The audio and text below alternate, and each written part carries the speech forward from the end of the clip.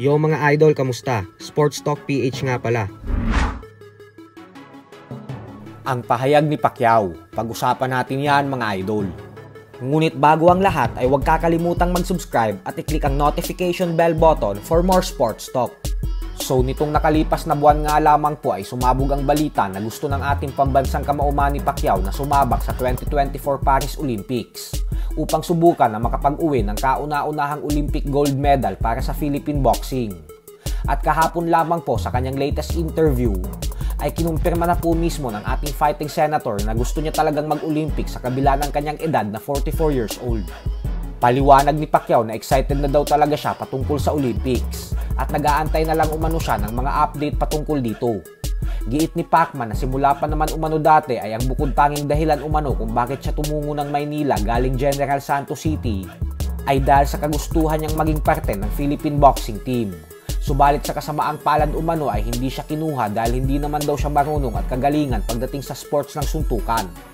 Pero hanggang ngayon umano ay pangarap niya daw talaga na makakuha ng gold medal sa Olympics. Yun daw talaga ang nasa puso niya. Subalit titingnan pa natin ang sitwasyon dahil kung atin pong matatandaan ay sinabi na ng Philippine Olympic Committee President na may age limit daw na 40 years old para sa Asian Games na gaganapin ngayong buwan na siyang magsisilbing Olympic qualifiers. Pero may mga Olympic qualifying tournaments din na gaganapin sa susunod na taon na walang age limit. Kaya naman pwede doon sumali si Pacquiao. At syempre kailangan niya doon manalo upang makapag-qualify siya sa Olympics. Sa kabilang banda naman mga idol ay matapos nga pong mag-trending ng former 4 Division World Champion Adrian Broner nitong linggo lamang nang dahil sa kanyang pagwawala sa isang McDonald's branch sa Amerika ay sumabog naman po ang balita kanina lamang na magkakaroon ng laban si Broner sa November 4 kung saan makakatapat niya sa Chris Howard na may record na 18 wins with 8 knockouts at 2 talo lamang. Matatandaan na huling beses lumaban si Broner nitong nakalipas na buwan ng Hunyo lamang kung saan tinalo niya si William Hutchinson via unanimous decision. Sa kabila ng lahat ng nangyayaring hindi magandang bagay sa labas ng boxing para kay Broner, ay hindi pa din po ito nawawala ng pag-asa dahil target niya ding makabalik sa tuktok ng boxing at maging isang ganap na world champion ulit. Samantala, bagamat nga po natalo ang former undisputed junior welterweight world champion Josh Taylor sa kamay ng current WBO junior welterweight world champion Teofimo Lopez via lopsided unanimous decision nitong buwan ng Hunyo lamang, ay sinabi po ni Taylor na wala daw nagbago sa kanya.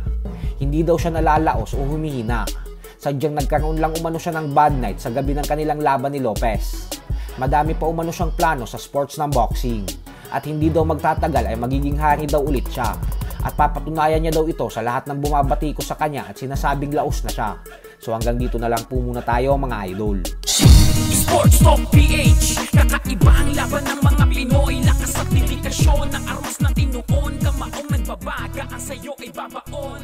Mga Pinoy na ating pambato.